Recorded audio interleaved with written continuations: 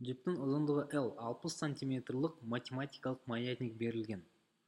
Егер де осы маятниктің ұзындығын 45 сантиметрге кемітетін болсақ, осы маятниктің жаңа тербеліс периоды бастапқы тербеліс периодынан қаншалықты өзгереді?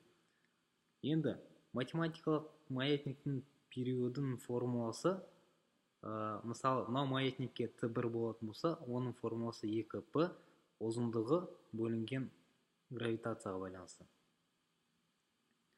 Түбірастың ішінде.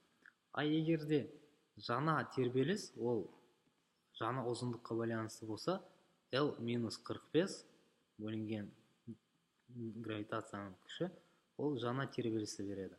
Енді қаншалықты Т2-ның өзгергенін көру үшін біз қатынасын табамыз. Т1 бөлінген Т2 бізге береді 2P, L бөлінген G, 1 бөлінген 2P, L-45, бұның бәрі түбір астың ішінде.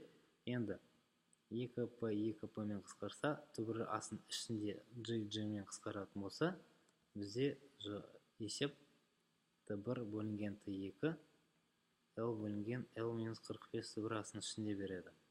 Бұл дегеніміз, егер сандарды қоятын болсақ, L60 болса, астында 15 болады.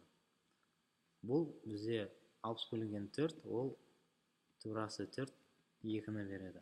Осы жерден Т2 бізде Т1-дің жартысы болады. Бұл дегеніміз Т2 50%-ға азаяды. Жауап Е болады.